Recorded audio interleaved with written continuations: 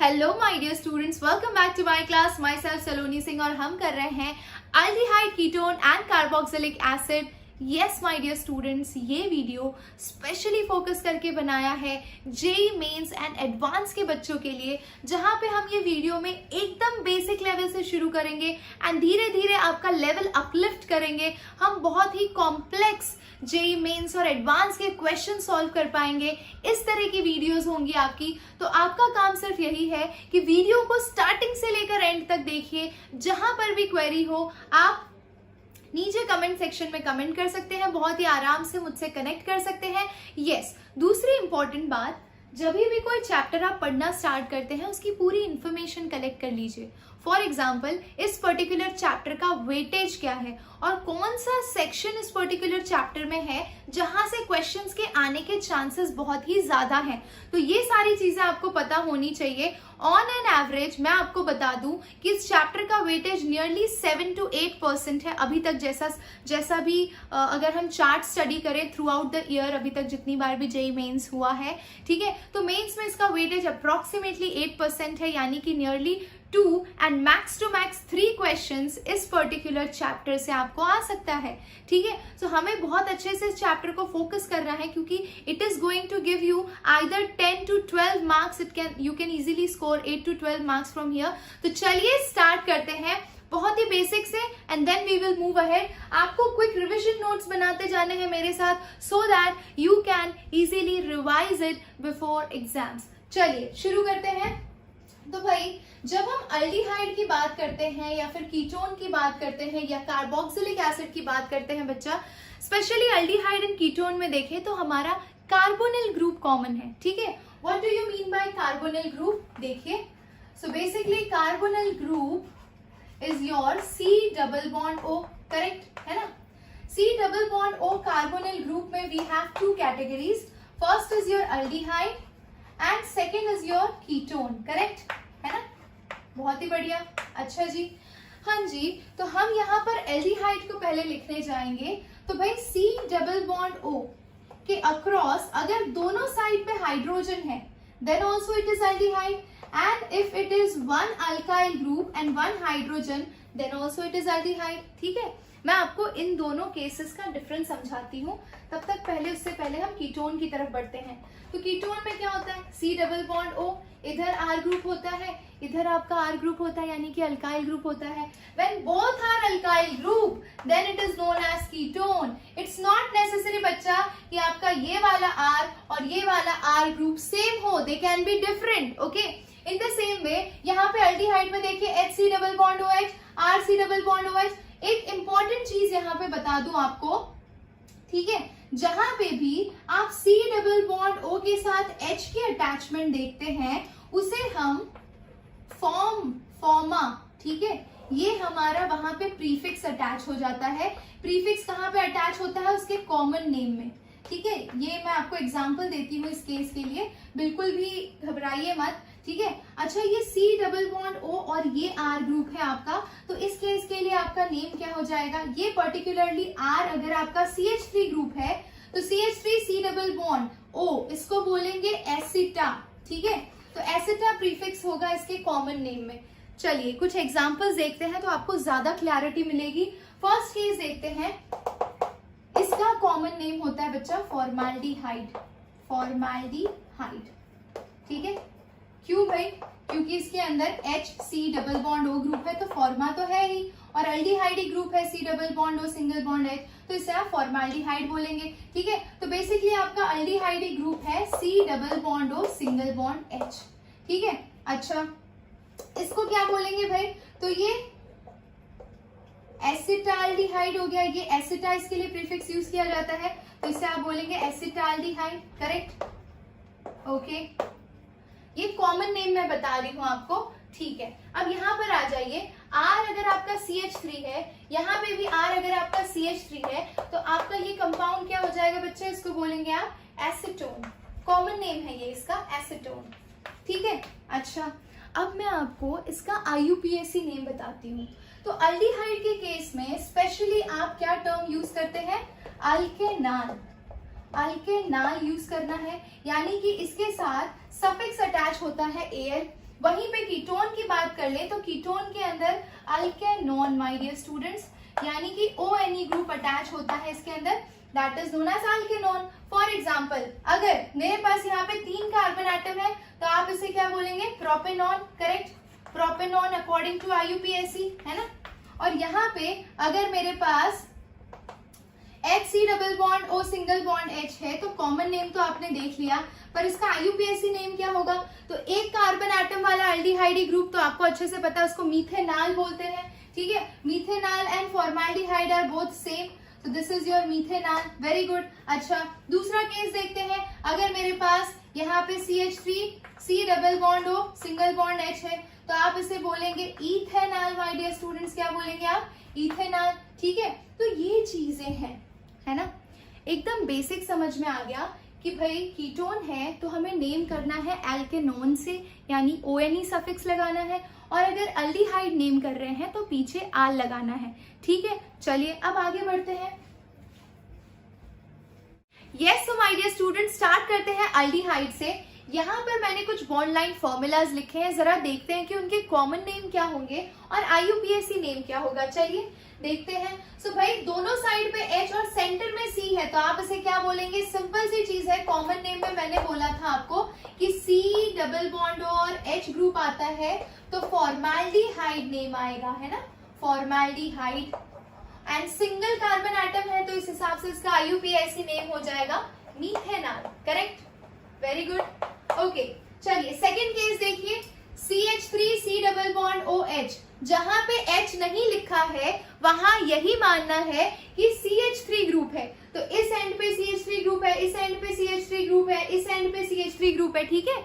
ऐसा कोई भी कंफ्यूजन नहीं होना चाहिए, और अगर आपको कंफ्यूजन है भी तो कमेंट सेक्शन में लिख के बता दीजिएगा, कोई दिक्कत नहीं है, ठीक है। चलिए यहाँ पर आपके CH3 ग्रुप है तो भाई 2 कार्बन एटम हो गए, 2 कार्बन एटम हो गए तो जरा सोचिए मैंने आपको क्या बोला था कि C डबल बॉन्ड O के साथ अगर CH3 ग्रुप है तो इसके लिए प्रीफिक्स कॉमन नेम में क्या यूज किया जाता है, एसिटा, ठीक है। तो इस हिसाब से इसका कॉमन नेम हो जाएगा एसिटाल्डिहाइड, करेक्ट, और इसका IUPAC नेम हो जाएगा 2 कार्बन एटम के हिसाब से ethanol my dear students, correct, आल लग जाएगा पीछे, वेरी गुड।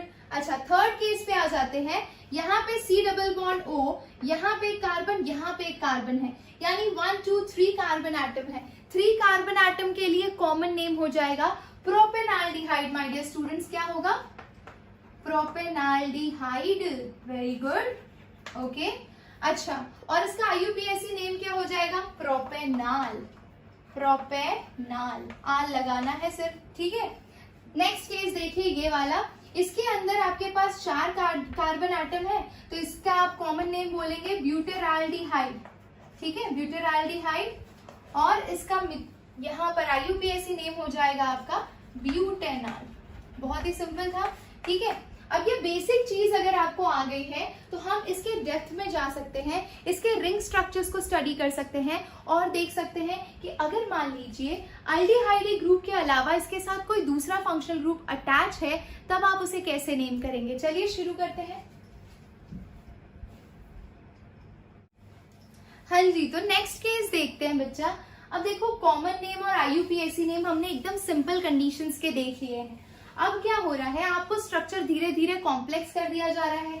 यहाँ पे आपका ये C डबल बॉन्ड और सिंगल बॉन्ड H, यहाँ पे ये वाला जब एक लाइन हो तो ये मिथाइल ग्रुप होता है, यहाँ पे आपका Br अटैच है और यहाँ पे एक मिथाइल ग्रुप है। तो भाई सीधी सी बात है कि इसका IUPAC तो आप बहुत आसानी से लिख लेंगे। तो ये आपका फर्स्ट कार्बन एटम नंबरिंग उधर से करते हैं जिधर से आपका जो फंक्शनल ग्रुप है वो पहले आता है। तो ये हो गया फर्स्ट, ये हो गया सेकेंड, ये हो गया थर्ड और ये हो गया फोर्थ। बहुत ही खूबसूरती से थर्ड पोजीशन पे Br ग्रुप अटैच है और सेकेंड पोजीशन पे मिथाइल ग्रुप अटैच है।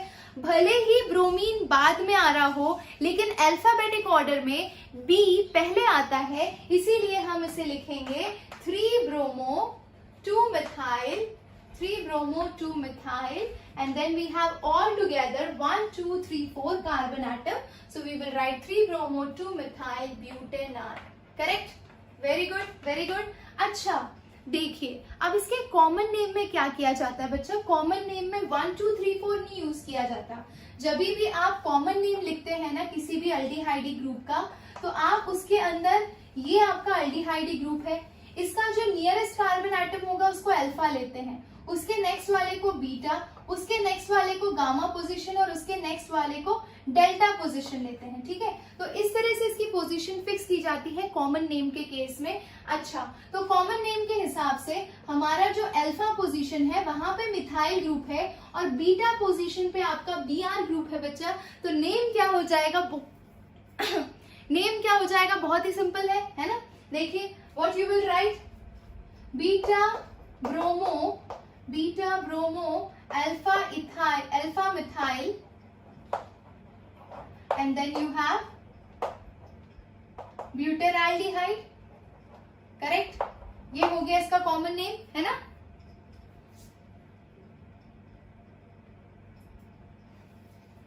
ओके, अभी नेक्स्ट केस देखते हैं। यहां पर आ जाइए, ये आपका C double bond O single bond H है, यहाँ पे आपके मिथाइल ग्रुप अटैच है। तो ये फर्स्ट कार्बन एटम, ये सेकेंड और ये थर्ड।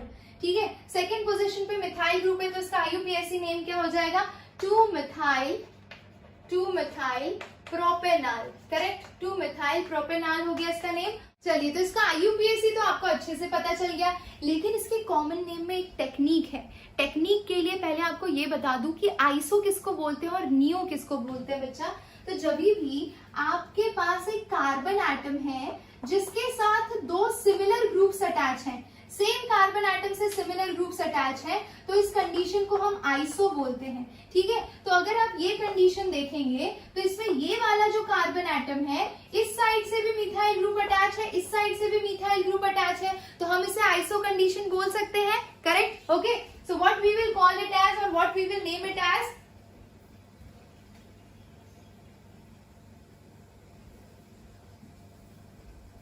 तो इसका कॉमन नेम क्या हो जाएगा बच्चा, आइसो 1 2 3 4, टोटल 4 कार्बन एटम है, तो आइसो ब्यूटेराल्डिहाइड। Correct, okay. चलिए, अभी नेक्स्ट पे आगे बढ़ते हैं। ये सारे मैंने डिफरेंट केसेस लिए हैं जिसके अंदर थोड़ा थोड़ा रूल वेरिएशन आ रहा है, वही केसेस लिए हैं। अब ये देखिए, ये एलिसाइक्लिक रिंग है, रिंग के साथ आपका अल्डिहाइडी ग्रुप अटैच है। एक चीज हमेशा नोट डाउन कर लीजिए, जब भी आपके पास एलिसाइक्लिक रिंग आएगा, इसके अंदर सफिक्स अटैच होता है बच्चा, सफिक्स होता है कार्बाल्डिहाइड। और अब हम बात कर रहे हैं इसके IUPAC नेम की। ठीक है, तो इसको तो आपको इसको आप क्या बोलेंगे, 1 2 3 कार्बन एटम्स है, तो इसको आप बोलेंगे साइक्लोप्रोपेन। और अल्डिहाइडी ग्रुप है तो साइक्लोप्रोपेन कार्बाल्डिहाइड। इसका नाम क्या हो जाएगा, IUPAC साइक्लोप्रोपेन कार्बाल्डिहाइड। करेक्ट। अगर मैं इसी में वेरिएशन लाऊं, मान लीजिए ऐसा स्ट्रक्चर होता इस तरह से, C double bond O single bond H, तो आप इसे क्या बोलते, साइक्लोपेंटेन कार्बाल्डिहाइड, है ना, साइक्लोपेंटेन कार्बाल्डिहाइड। Very good. अच्छा, चलिए अभी नेक्स्ट केस देखते हैं भाई। ये बात कर रहे हैं हम एरोमेटिक। अगर आपका रिंग एरोमेटिक है यानी बेंजीन रिंग अटैच है, तो सिंपलेस्ट एरोमेटिक अल्डिहाइड है बेंजाल्डिहाइड। इसको क्या बोला जाता है, बेंजाल्डिहाइड। बेंजाल्डिहाइड कॉमन नेम भी है और IUPAC नेम भी है। ठीक है, IUPAC ने इसका कॉमन नेम एक्सेप्ट कर लिया है, तो इसको हम बेंजाल्डिहाइड कॉमन नेम भी बोलते हैं and we call its as its IUPAC name also. तो कोई दिक्कत नहीं है भाई, ये सब सॉल्व हो गया। अच्छा, आपको लिखना है तो लिख लीजिए, स्क्रीनशॉट लेना है तो बड़े प्यार से स्क्रीनशॉट ले लीजिए। थोड़ा आगे बढ़ते हैं हम इस केस के अंदर।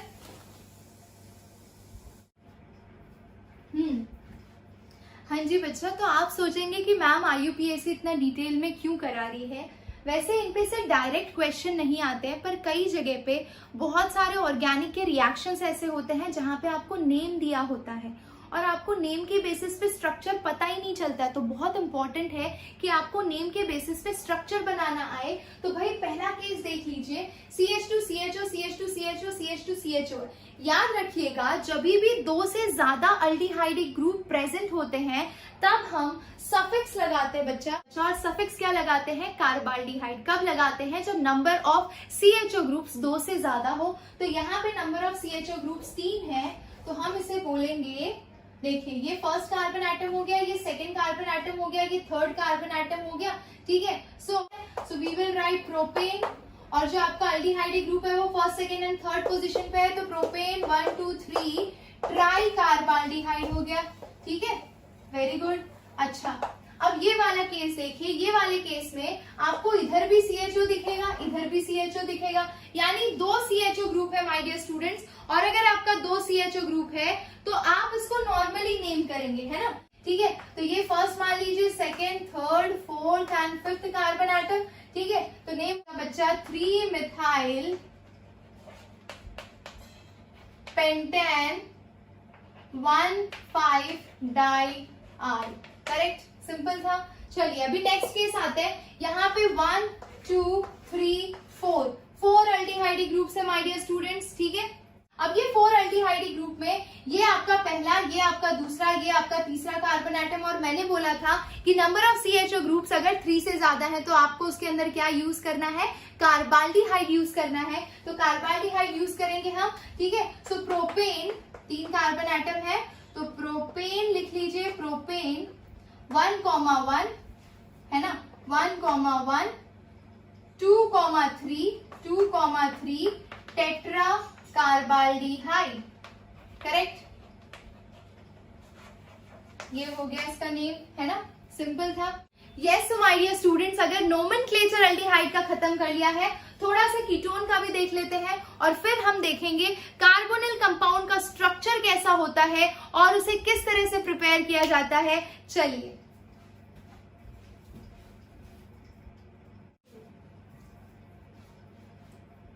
चलिए बच्चों, तो कुछ इंपॉर्टेंट कीटोनिक ग्रुप्स के नोमेनक्लेचर देख लेते हैं। सबसे पहले शुरू करते हैं, ये एसीटोन, मैंने आपको बोला था CH3 C डबल बॉन्ड, और जहां पे भी दिखे एसीटोन होता है या एसिटो ग्रुप हम प्रीफिक्स की तरह अटैच करते हैं, क्योंकि ये एक कीटोन है इसीलिए हम ONE लगाते हैं पीछे, सिंपल सी बात है। लेकिन हम अभी फिलहाल IUPAC फोकस कर रहे हैं, हम कॉमन नेम पे इतना ध्यान नहीं देंगे, ठीक है। तो ये आपका एसीटोन, इसका ओरिजिनल नेम क्या हो जाएगा, 1 2 3, तो 3 कार्बन एटम, तो प्रोपेनोन। अरे भाई ये तो आपको बहुत अच्छे से पता है, 10th स्टैंडर्ड से पढ़ते आ रहे हैं कि जो हमारा कीटोनिक ग्रुप होता है वो चेन के मिडिल में प्रेजेंट होता है, उसे दोनों साइड लड्डू चाहिए होता है, यानी इधर भी कार्बन होना चाहिए, इधर भी कार्बन होना चाहिए, वो हमेशा बीच में रहता है, कभी भी साइड पे नहीं रहता, है ना। अच्छा, यहाँ पर देखिए ये आपका कीटोनिक ग्रुप है, ठीक है, तो इधर से नजदीक आ रहा है ketonic group as compare to this side, तो हम नंबरिंग इधर से शुरू करेंगे, 1 2 3 4, 4 कार्बन एटम है, तो आप इसको नेम क्या करेंगे भाई, 4 कार्बन एटम, तो ब्यूटेन सेकेंड पोजीशन पे ON, ब्यूटेन 2 ऑन, करेक्ट। अब इस नेक्स्ट केस पर आ जाते हैं, यहाँ पर आपका first carbon atom, second, third, fourth and fifth, ठीक है, तो 5 कार्बन एटम के लिए pentane 2 ONE, correct, very good. Okay, next case पर आ जाते हैं, यहाँ पर देखिए ये C डबल बॉन्ड O है, यहाँ से ये लॉन्गेस्ट कार्बन चेन ले लीजिए या ये लॉन्गेस्ट कार्बन चेन ले लीजिए, तो मैं इसे लॉन्गेस्ट कार्बन चेन ले रही हूँ और इसे ब्रांच कंसीडर कर रही हूँ बच्चा, ठीक है। तो हम इसको फर्स्ट ले लेते हैं, इसको सेकंड ले लेते हैं, और इसको थर्ड और इसको फोर्थ, ठीक है। तो हमारे थर्ड पोजीशन पे मिथाइल ग्रुप है, तो we will write 3 methyl, then 1 2 3 4 butane 2 one, correct है ना, सिंपल था, 3 मिथाइल ब्यूटेन 2 ऑन। अच्छा, अभी नेक्स्ट ये वाला जो केस है भाई, आपको मैंने अच्छे से बोला था कि इसको बोलते हैं एसिटो ग्रुप, है ना, तो ये हो गया एसिटो, और इसको बोलेंगे फिनॉन, तो इस कंपाउंड को आप बोलते हैं एसिटोफिनॉन, ठीक है। अच्छा, इस केस को क्या बोलेंगे भाई, तो ये आपका एसीटोन ग्रुप है और इसके फर्स्ट कार्बन एटम से फिनाइल ग्रुप अटैच है। बेंजीन जब भी ब्रांच में हो आप उसे फिनाइल बोलेंगे, ठीक है। तो ये हो जाएगा 1 फिनाइल एसीटोन, करेक्ट, ओके। अच्छा, एक और केस है, मान लीजिए मैंने ऐसा स्ट्रक्चर बना दिया, ये हो गया आपका benzene ring my dear students, C double bond हो और फिर से एक बेंजीन रिंग बना दी हमने, तो ये हो जाएगा आपका बेंजोफिनॉन, ओके। तो ये बेंजोफिनॉन और एसिटोफिनॉन आपको अच्छे से पता होने चाहिए, कई जगह पे इसके ये कॉमन नेम आ जाते हैं और आपको स्ट्रक्चर ही नहीं पता होता। तो भाई एक ब्रीफिंग मिल गई है हमें बहुत अच्छे से, कोई भी कंपाउंड का नाम पूछा जाएगा और उससे रिलेटेड कोई भी रिएक्शन होगी, we are capable to answer. Yes ना? सो आप सलोनी मैम के स्टूडेंट्स हो, आपको इतना तो आना ही चाहिए। चलिए आगे बढ़ते हैं। चलिए बच्चा फोकस करते हैं कि कार्बोनिल ग्रुप का स्ट्रक्चर कैसा होता है। बहुत ही सिंपल है। जैसे ही आप कार्बोनिल ग्रुप बनाते हैं, देखिए आप इस तरह से बनाते हैं, C डबल बॉन्ड हो इधर से और इधर से एक ग्रुप होता है। अगर ये दोनों हाइड्रोजन हो गए तो फॉर्माल्डिहाइड, एक हाइड्रोजन और एक अल्काइल ग्रुप तो आप उसे अल्डिहाइड बोलते हैं, और अगर दोनों अल्काइल ग्रुप हो तो आप उसे कीटोन बोलते हैं। ठीक है, तो भाई ये लोग sp2 हाइब्रिडाइज्ड हैं। क्या है? ये वाला जो कार्बन है आपका sp2 हाइब्रिडाइज है भाई। और अगर sp2 हाइब्रिडाइज है तो आपको पता है sp2 हाइब्रिडाइज के लिए ज्योमेट्री कैसी होती है?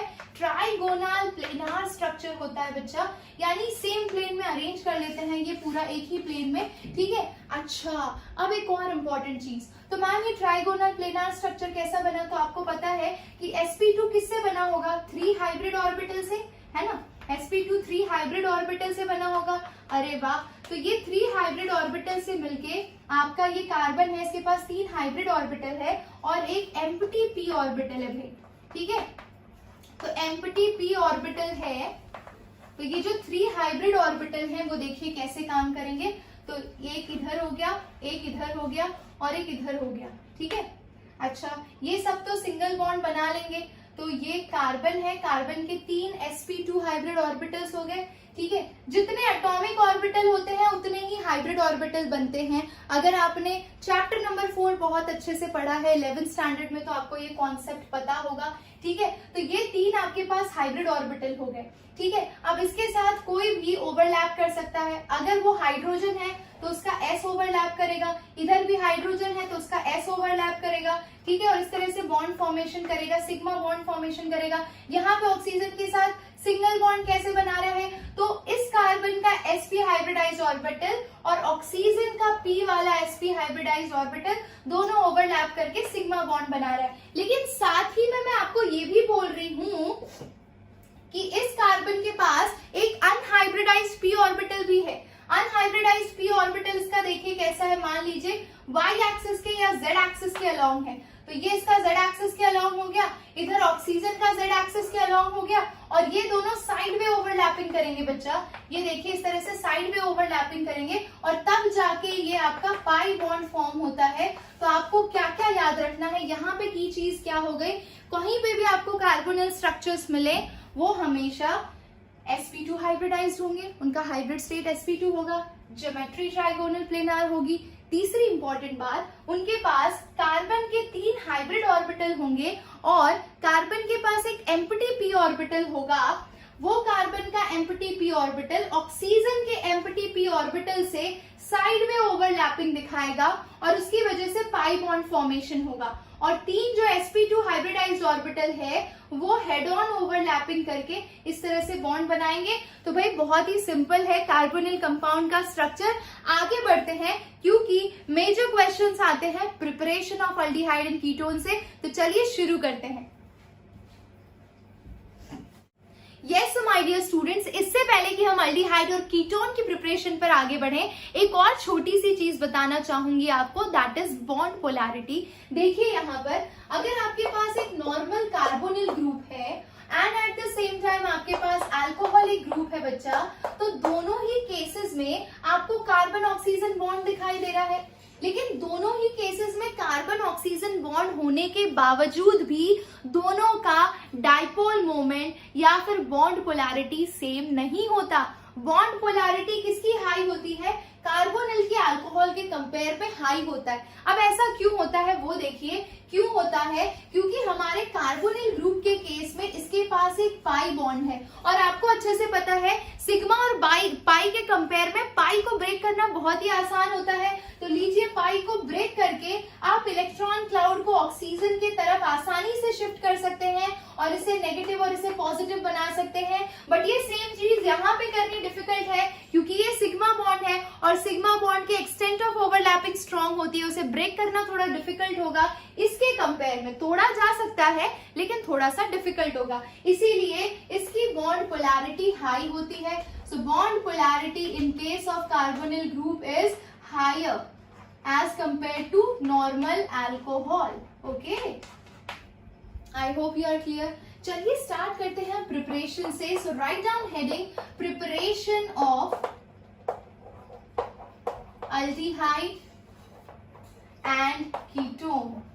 ठीक है, तो आज के सेशन में हम स्टार्ट करेंगे अल्डिहाइड एंड कीटोन प्रिपेयर करना फ्रॉम अल्कोहल। भाई अल्कोहल से बनाना तो बहुत ही आसान है, क्योंकि अल्कोहल का ऑक्सीडेशन करते हैं तो हमें अल्डिहाइड या कीटोन मिल जाता है। ठीक है, तो ये चीज देखते हैं कि आप अल्कोहल की बात करते हो, यानी कि कोई भी अल्कोहल ले लो, RCH2OH, अगर स्पेशली वो 1 डिग्री अल्कोहल है और अगर आप उसको ऑक्सीडाइज करते हो तो वो अल्डिहाइड देता है ना, बहुत ही बढ़िया। और अगर वो एक 2 डिग्री अल्कोहल है, ठीक है, यहाँ पे RR ग्रुप अटैच कर दीजिए, 2 डिग्री अल्कोहल है, अगर उसका ऑक्सीडेशन करते हैं तो कीटोन देता है। एंड ट्रस्ट मी, ये दोनों फर्दर ऑक्सीडेशन पे हमें क्या देते हैं, कार्बोक्सिलिक एसिड, है ना। यानी कि अगर आपने कोई बहुत ही स्ट्रॉन्ग ऑक्सीडाइजिंग एजेंट चूज कर लिया, यहाँ पे जो ऑक्सीडाइजिंग एजेंट चूज करेंगे उसी का सारा खेल है भाई। तो ऑक्सीडाइजिंग एजेंट बहुत ही वाइजली चूज करना है, यानी रिएक्शन किसकी प्रेजेंस में आप कैरी आउट करेंगे।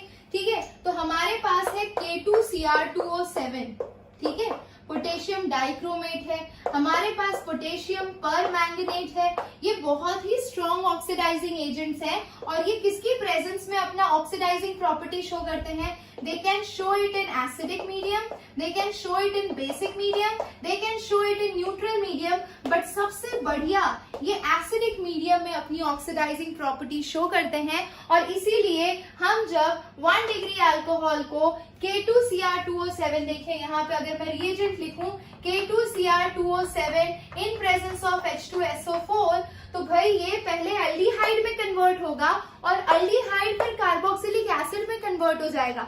हमारा एम क्या था, सोचिए 2 मिनट। हमारा एम था अल्डिहाइड बनाना, बन क्या रहा है, कार्बोक्सिलिक एसिड बन रहा है बच्चा। तो भाई हमें कुछ ना कुछ जुगाड़ करके रिएक्शन को यहीं स्टॉप करना होगा। हम कैसे करेंगे रिएक्शन को यहीं स्टॉप, तो भाई जैसे ही अल्डिहाइड बनता है तुरंत इसको बाहर निकाल लिया जाता है, इट इज डिस्टिल्ड ऑफ, है ना। अगर आपने इसको बाहर नहीं निकाला बच्चा तो क्या होगा मैं बताती हूँ। तो यस माय डियर स्टूडेंट्स, अगर आपने तुरंत ही अल्डिहाइड को डिस्टिल्ड ऑफ नहीं किया तो यही अल्डिहाइड आपका कार्बोक्सिलिक एसिड में कन्वर्ट हो जाएगा। और अगर वो कार्बोक्सिलिक एसिड में कन्वर्ट हो गया तो सोचिए, हम बना रहे थे अल्डिहाइड, जरा सी चूक हुई, आपने डिस्टिल्ड ऑफ नहीं किया, अल्डिहाइड कार्बोक्सिलिक एसिड में कन्वर्ट हो जाएगा। क्या ये एक्सेप्टेबल है? बिल्कुल एक्सेप्टेबल नहीं है। क्यों ऐसा हो रहा है? क्योंकि आप जो स्ट्रॉन्ग ऑक्सीडाइजिंग एजेंट चूज कर रहे हैं, जैसे कि फॉर एग्जांपल K2Cr2O7 है या KMNO4 है या फिर कॉन्सेंट्रेटेड HNO3 है, तो ये किसी मीडियम में यूज कर रहे हैं। अब मीडियम में वाटर तो प्रेजेंट है, water act like a source of oxygen, oxygen इसको जैसे ही मिलेगा अल्डिहाइड को, ये ऑक्सीडाइज हो जाएगा और कार्बोक्सिलिक एसिड में कन्वर्ट हो जाएगा। समझ रहे हैं आप बात को? ठीक है, तो हमें कोई ऐसा ऑक्सीडाइजिंग एजेंट चूज करना चाहिए जिसमें ये रिस्क फैक्टर ही इन्वॉल्व नहीं है कि वो अल्डिहाइड के बाद कार्बोक्सिलिक एसिड में कन्वर्ट हो जाएगा। हम ऐसा ऑक्सीडाइजिंग एजेंट चूज करें कि रिएक्शन यहीं के यहीं स्टॉप हो जाए। तो चलिए देखते हैं कौन सा ऑक्सीडाइजिंग एजेंट हमारे लिए सही रहेगा।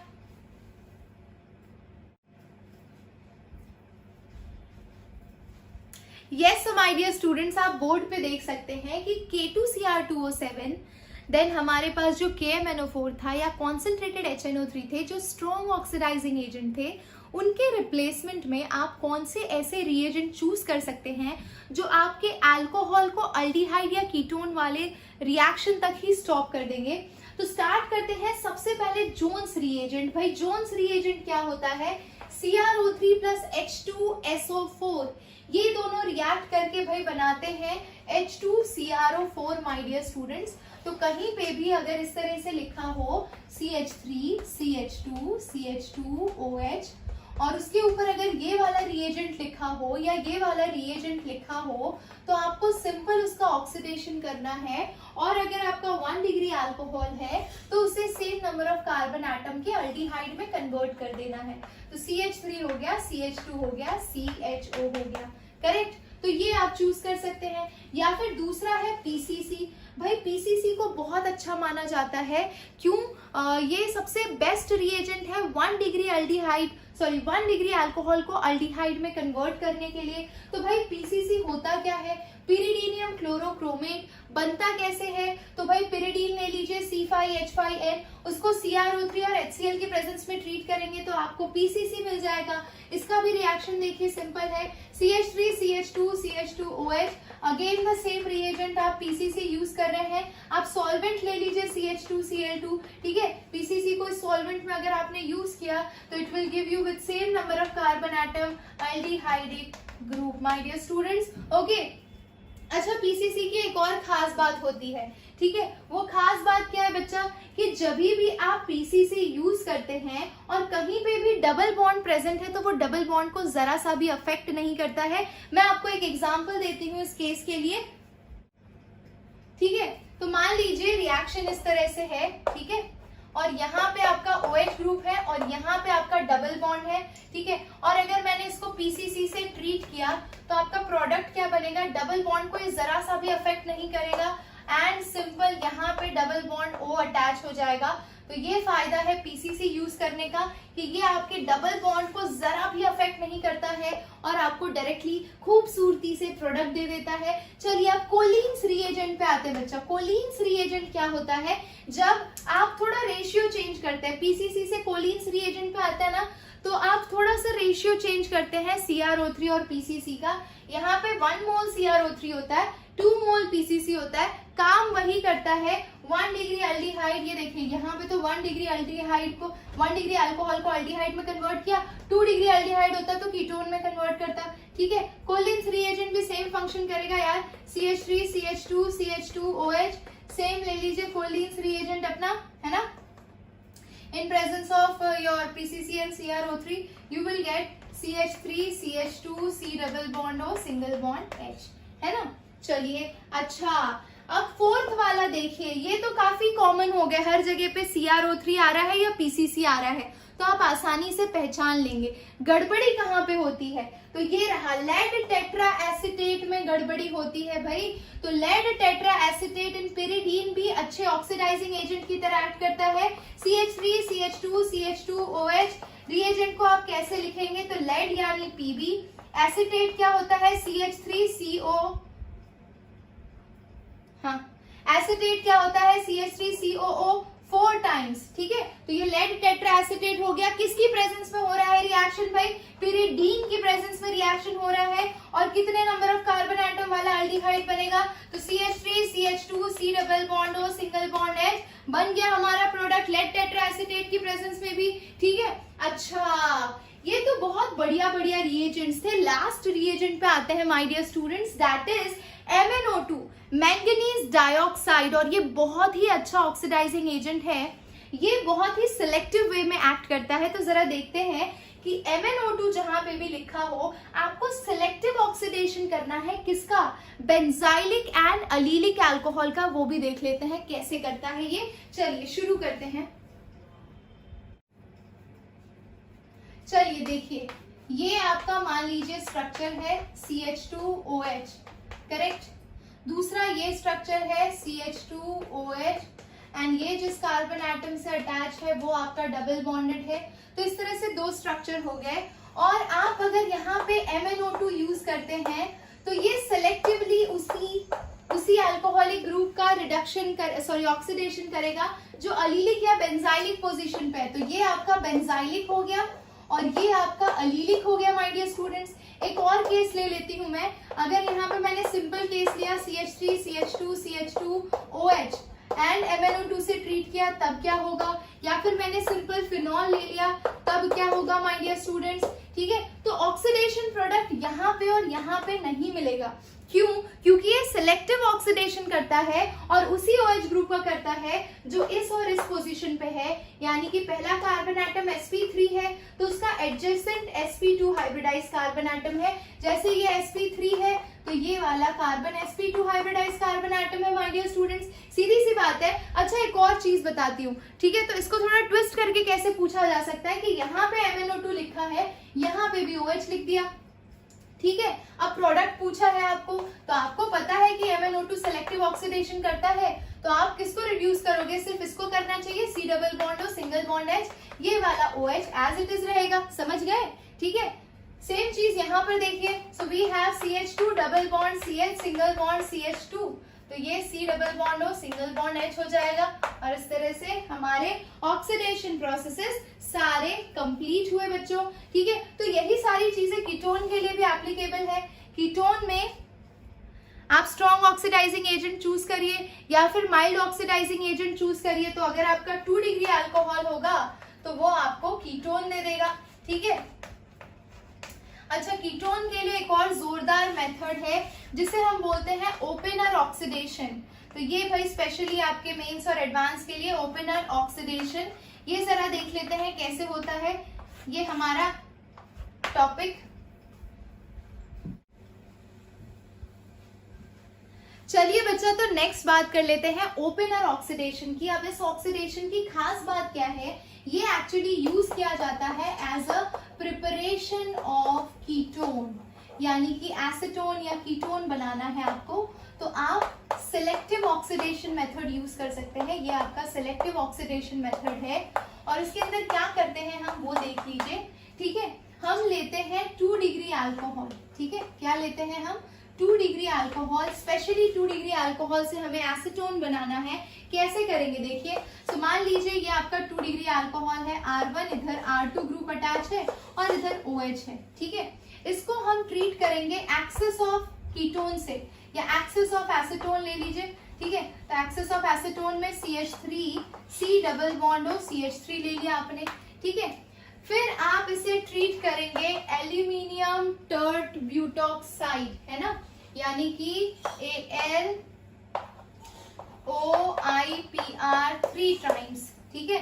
And then what you are getting is R1 C double bond O R1 और यहाँ पे हो जाएगा CH3 COH CH3। चलिए अब जरा इसका मैकेनिज्म देख लेते हैं। भाई यही रिएक्शन फॉरवर्ड डायरेक्शन में ओपनर ऑक्सीडेशन बोली जाती है, और ये रिएक्शन बैकवर्ड डायरेक्शन में भी कैरी आउट की जा सकती है। बैकवर्ड डायरेक्शन में इसी रिएक्शन को हम बोलते हैं मैरविन पॉन्ड्रॉफ वर्ली रिएक्शन, ठीक है, या फिर रिडक्शन भी बोलते हैं, क्योंकि बैक साइड में आप रिड्यूस कर रहे हैं, फ्रंट साइड में आप ऑक्सीडाइज कर रहे हैं, सिलेक्टिव ऑक्सीडेशन है, only applicable for 2 degree alcohol. 1 degree alcohol ये रिएक्शन कैरी आउट नहीं करेगा, क्योंकि उसके मैकेनिज्म में आपको पता चलेगा कि वो प्रेफर करेगा अल्डोल कंडेंसेशन करना, कोई दिक्कत नहीं है। चलिए बच्चों, तो देख लेते हैं ओपनर ऑक्सीडेशन का रिएक्शन मैकेनिज्म क्या है, ताकि हम किसी भी तरह के क्वेश्चंस मेंस और एडवांस के आसानी से सॉल्व कर सके इस कॉन्सेप्ट पे बेस्ड। देखिए हमारा स्टार्टिंग मटेरियल था 2 डिग्री अल्कोहल, सो ये हो गया R1, यहाँ पे हो गया COH और ये हो गया आपका R2, ठीक है। यहाँ पे हमारा रिएजेंट है एल्यूमिनियम OIPr2 और यहाँ पे OIPr, यानी OIPr 3 टाइम्स था, ठीक है। अच्छा, इसके पास हमारे पास लोन पेयर ऑफ इलेक्ट्रॉन्स है, ये इस इलेक्ट्रॉन डेफिशिएंट एल्यूमिनियम पे अटैक करेगा, एल्यूमिनियम मैक्सिमम 3 बॉन्ड बना सकता है, तो ये ग्रुप बाहर निकल जाएगा। भाई नेक्स्ट स्टेप क्या होगा, सो we have R1 C R2 और ये ऑक्सीजन इधर से हाइड्रोजन से लिंक्ड है और इधर से ये एल्यूमिनियम OIPr2 के साथ लिंक्ड है। जरा सोचिए, ऑक्सीजन ने अपने इलेक्ट्रॉन इसको डोनेट किया तो ऑक्सीजन के ऊपर पॉजिटिव आएगा, तो साइमल्टेनियसली ये हाइड्रोजन अपने इलेक्ट्रॉन देके बाहर निकल जाएगा बच्चा। अच्छा, ये बाहर गया तो ये किसके पास जाएगा, ये हाइड्रोजन और ये OIPr मिलके क्या बना लेंगे, अल्कोहल बना लेंगे, है ना। चलो अब नेक्स्ट स्टेप क्या है, तो हमारे पास क्या बचा, R1 C R2 and here we have aluminium OIPr2। बच्चा देखिए आगे का रिएक्शन हमें कैरी आउट करना है एक्सेस ऑफ एसीटोन की प्रेजेंस में, यानी CH3 C double bond O CH3 की प्रेजेंस में। देखिए रिएक्शन कैसे होगी, मैं यहाँ पर लिखकर बताती हूँ आपको। सो R1, पहले इस साइड हम एसीटोन लिख लेते हैं, तो CH3 C double bond O CH3 है, करेक्ट, और इस साइड पे है आपका कार्बन R1 R2 और ये एल्यूमिनियम OIPr, इधर है OIPr, करेक्ट। इसके पास एक हाइड्रोजन भी है। अभी देखिए नेक्स्ट स्टेप क्या होगा, तो ये कार्बोनिल का जो पाई बॉन्ड है वो इस एल्यूमिनियम पे अटैक करेगा, साइमल्टेनियसली ये हाइड्रोजन बच्चा इस पे शिफ्ट करेगा। तो ये वाला अगर इधर शिफ्ट कर रहा है, ये वाला अगर इधर शिफ्ट कर रहा है, तो ये बॉन्ड भाई इधर शिफ्ट होगा, ठीक है। और ये बॉन्ड अगर इधर शिफ्ट हो गया तो ये क्या बन जाएगा, CR1R2 और ये C डबल बॉन्ड O, यानी कि ये बन गया आपका कीटोन, ठीक है। प्लस ये जो कंपाउंड बचा आपका, देखिए ये वाला, ये जो कंपाउंड बचा इसका आप वाटर के साथ हाइड्रोलिसिस करेंगे तो you will get the product as alcohol, ठीक है। तो हमारा मेजर कंसर्न था कि हम कीटोन बना ले, कीटोन हमारा बन गया, मैकेनिज्म हमें आ गई है। तो इस तरह से कोई भी क्वेश्चन होगा ओपनर ऑक्सीडेशन का तो आप आराम से मैकेनिज्म के हिसाब से सॉल्व कर सकते हैं। यस, वन मोर थिंग बच्चा, कि ओपनर ऑक्सीडेशन सेलेक्टिव ऑक्सीडेशन है only for the case of 2 degree alcohol. ये सेम चीज आप 1 डिग्री अल्कोहल के लिए नहीं कर सकते हैं। हाँ जी, तो इसी के साथ हमारा ओपनर ऑक्सीडेशन भी कंप्लीट हुआ है। अब जरा इसे फटाफट रब कर लेते हैं। सो भाई सॉन्ग्स तो आपने सुने ही होंगे माय डियर स्टूडेंट्स। पता है क्या, कार्टून्स देखते रहना चाहिए। आई होप आज भी आप वो डोरेमोन और वो सारी चीज़ें देखते होंगे। तो डोरेमोन का एक छोटा सा गाना है, यू कैन रिमेम्बर दैट, जिंदगी सवार तू एक नई कहार तू। So keep singing all these songs to energize yourself when you are studying. तो पढ़ते वक्त अगर आपके अंदर एनर्जी बनी रहती है ना, तो आप लॉन्ग टर्म में सक्सेसफुल रहेंगे। अपने आप को एनकरेज करते रहिए, ठीक है। सो भाई ओपनर ऑक्सीडेशन इसी के साथ हमारा कंप्लीट हुआ है। एक और मेथड है प्रिपरेशन फ्रॉम अल्कोहल की, ठीक है। सो फ्रॉम अल्कोहल में अभी तक हम अल्कोहल का ऑक्सीडेशन कर रहे थे। अब हम नेक्स्ट स्टेप करेंगे from dehydrogenation of alcohol my dear students. तो देख लेते हैं, सब बढ़िया चल रहा है, एकदम प्रॉपर व्यू आ रहा है। सो भाई फ्रॉम डिहाइड्रोजनेशन, ठीक है। तो डिहाइड्रोजनेशन क्यों करना होता है, अल्कोहल का डिहाइड्रोजनेशन करेंगे तो भी आपको अल्डिहाइड कीटोन बहुत आसानी से मिल जाएगा। इसका फायदा क्या होता है वो भी बताएंगे आपको। हर चीज का फायदा जानो यार, फायदे से पता चलता है कि हमें ये मेथड क्यों यूज करनी है और क्यों यूज नहीं करनी है, ठीक है। तो ये है आपका RCH2OH, ठीक है। आप अगर इसको कॉपर की प्रेजेंस में एट 573 केल्विन हीट करेंगे माय डियर स्टूडेंट्स, तो सिंपल सी चीज है, यहाँ से H और एक यहाँ से H बाहर निकल जाएगा, H2 बाहर निकल जाएगा और आपको मिल जाएगा aldehyde RC double bond O single bond H, है ना। इन द सेम में अगर आप 2 डिग्री अल्कोहल लेते हैं RCHOHR, ठीक है। यहाँ से भी अगर आप हाइड्रोजन को रिप्लेस करते हैं, same condition, copper at 573 kelvin temperature, you will be getting RC double bond OR, correct. तो यानी कि यहाँ पे आपको अल्डिहाइड मिल रहा है सेम मेथड से और यहाँ पे आपको कीटोन मिल रहा है my dear students same method से। तो भाई हम ये बोल सकते हैं कि जरा सोचो, इससे पहले वाला मेथड जो था, जो ऑक्सीडेशन हमने किया, उसके अंदर यही चीज कर रहे थे हम अल्कोहल को अल्डिहाइड में कन्वर्ट कर रहे थे। इतने महंगे महंगे रिएजेंट्स हमने एम्प्लॉय किए ताकि वो फर्दर ऑक्सीडेशन ना करे। तो भाई अगर मान लीजिए आप और मैं ये चीज अफोर्ड नहीं कर सकते हैं, तो सिंपल एक काम कर सकते हैं, हम ऑक्सीडेशन की जगह डिहाइड्रोजनेशन कर सकते हैं। उसमें भी हमारा प्रोडक्ट अल्डिहाइड बन जा रहा है, वो फर्दर ऑक्सीडाइज होने का बिल्कुल भी डर नहीं है। तो ये बहुत ही बढ़िया तरीका है। अक्सर इंडस्ट्रीज के अंदर ये मेथड बहुत ही तेजी से यूज किया जाता है आजकल, ठीक है। तो ये हो गया अल्कोहल से methods of preparation aldehyde and ketone का। हाँ जी, यहाँ पे हमने अल्कोहल के साथ खत्म किया। अभी और भी कई सारे मेथड्स हैं। नेक्स्ट वीडियो में हम देखेंगे कि एसिड क्लोराइड, ठीक है, एसिड क्लोराइड से कैसे बनता है, हाइड्रोकार्बन से हम कैसे बनाते हैं अल्डिहाइड एंड कीटोन। बहुत सारे मेथड्स हैं प्रिपरेशन के। आप इसी तरह से बने रहिए और ये पता है धीरे धीरे इन चीजों को शॉर्ट नोट्स के फॉर्म में जॉट डाउन करिए। खुद रिएक्शन लिख कर देखिए कि R को अगर मैंने CH3 प्लेस किया तब क्या प्रोडक्ट होगा। आपने आज जहां तक कंप्लीट किया है वैसे ही जेई के कुछ अच्छे अच्छे क्वेश्चन सॉल्व करिए। This will give you more and more clarity about the topic, okay. तो बहुत सारे ऐसे बुक्स हैं जहां पर आपको टॉपिक वाइज क्वेश्चंस मिल जाएंगे. Either you go for Arihant for practice, you can go for MS Chauhan और you can go for OP Tandon. These books are very very good. तो आप उन्हें यूज कर सकते हैं. ये सारे टॉपिक वाइज कंप्लीट करने के बाद उसमें टॉपिकल टेस्ट होते हैं, वो टेस्ट आप अटेम्प्ट कीजिए. ये उन बच्चों के लिए बोल रही हूँ जो लॉन्ग टर्म के लिए सिर्फ इस वीडियो को देख रहे हैं. जो अभी शॉर्ट टर्म के लिए देख रहे हैं ये तो उनके लिए रिविजन ही होगा. सो आई होप कि आपको आज के सेशन में बड़ा मजा आया है.